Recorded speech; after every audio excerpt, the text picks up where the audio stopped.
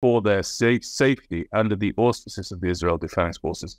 Those who have converged around the city of Rafah, in some cases, have been allowed to move northward back to the city of Khan Yunis, the IDF's main operation there, having come to a close just a couple of days ago. Presence of civilians makes it very, very difficult for the activities of the military, especially when the eyes of the world are watching, and dare I say, with a very unfair, uneven set of eyes and a very unfair, uneven set of criterion for judgment with regard to our actions.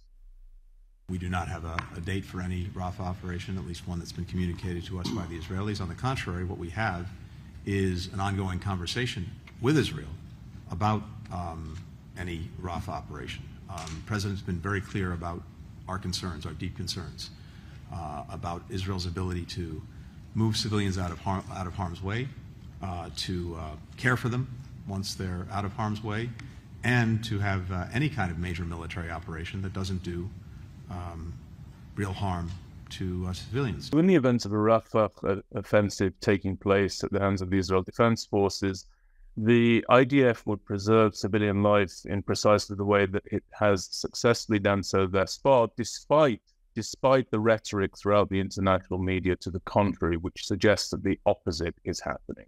The reality of the matter is that the fighting has come to a pause precisely because there are 1.3 to 1.5 million Palestinian Arabs inside the Gaza Strip, located in the area of Rafah, specifically there in order to avoid them coming into harm's way as the IDF operated north of the city of Rafah.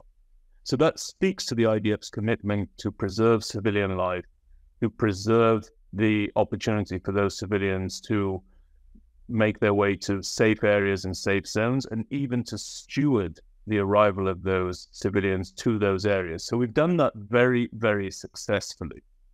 The problem that we now face with regard to Rafah is a consequence of the success of our efforts to preserve civilian life inside the Gaza Strip, namely that 1.3, 1.5 million people are congregated there. I think what you'll probably see is the IDF will allow them to move north somewhat, either to the coastal areas where there are major tent cities there that are already set up inside the Gaza Strip, some to Khan Yunis, which we've already mentioned has been the site of very fierce fighting, but the fighting has now come to a close in that particular area. But I have to be very candid with you. I don't think that either of those policies are policies that are optimal. I actually think that the Palestinian Arabs should be moved into the Sinai Peninsula until the fighting in Rafah is concluded, and thereafter the international community, together with the State of Israel, can look into what might be a long-term, positive, viable resolution to the Israel-Palestinian conflict. And I just want to give a couple of examples as to why I think that. The first one is that Egypt is massively culpable for what took place on October 7th, when 1,200 Israelis were murdered, 240 Israelis taken hostage, and our women raped, gang raped, and taken off to the Gaza Strip. The UN reports are saying that our women who have been abducted were not only raped on the date of the abduction, but that there's high evidence to suggest that they are continually being sexually assaulted and raped inside the Gaza Strip while they languish in Hamas captivity. Egypt is responsible for much of what took place, much of the material and the training that informed the massacre of October 7th came through the Sinai Peninsula, through the crossing at Rafah and into the Gaza Strip. Also, by the way, those terrorists who wanted to train for the October 7th attack left the Gaza Strip through the Sinai Peninsula, traveled up to Lebanon, into Syria, over to Iraq, and even in some cases over to Iran, and then brought all of that know-how back. So first of all, Egypt has real responsibility here. But secondly, and most importantly, there's a dreadful double standard being applied to the displaced persons inside Gaza that one doesn't see applied to other conflict zones. If you think back to the Syrian civil war, Turkey, a neighboring state of Syria, absorbed 3 million Syrian refugees into Turkey. A non-neighboring country, Germany, absorbed 1 million Syrian refugees into Germany. If you think about Russia's invasion of Ukraine, many countries, including neighboring countries such as Poland, absorbed Ukrainian refugees. Non-neighboring countries did the same, including the state of Israel. We absorbed many Ukrainian refugees after Russia's invasion there. That is de rigueur in international affairs. The international community calls for neighboring and non-neighboring countries to absorb refugees and then applauds those countries for doing so. Only in the case of this conflict, when it comes to the state of Israel defending itself against the most vicious attack that's befallen its citizens since the founding of the state, only in this case are we uniquely told that, number one, the Palestinian Arabs do not want to leave the area in which they are, regardless of how immiserated they are as a consequence of Hamas's activities in the Hamas attack. And number two, we are told that the Palestinian Arabs, even if they did want to move away, even if it was facilitated, that would be akin to ethnic cleansing. Of course, both of those are false. There is a double standard applied because the international community wants to keep the Palestinian Arabs as pawns in their fight and battle against the legitimacy and the existence of the state of Israel.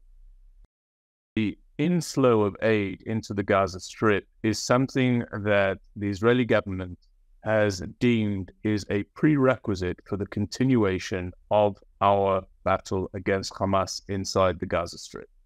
It has deemed it a prerequisite for that because of the international pressure, primarily from the United States of America, though not exclusively. But nobody should be under any illusion that the inflow of aid to the Palestinian Arabs is something that is popular here in Israel. It is deeply unpopular in Israel, not because there is a wish to starve the Palestinian Arab population, not because there is a wish to put a siege upon everyone and anyone inside the Gaza Strip, but rather because we want to see reciprocity at the very least.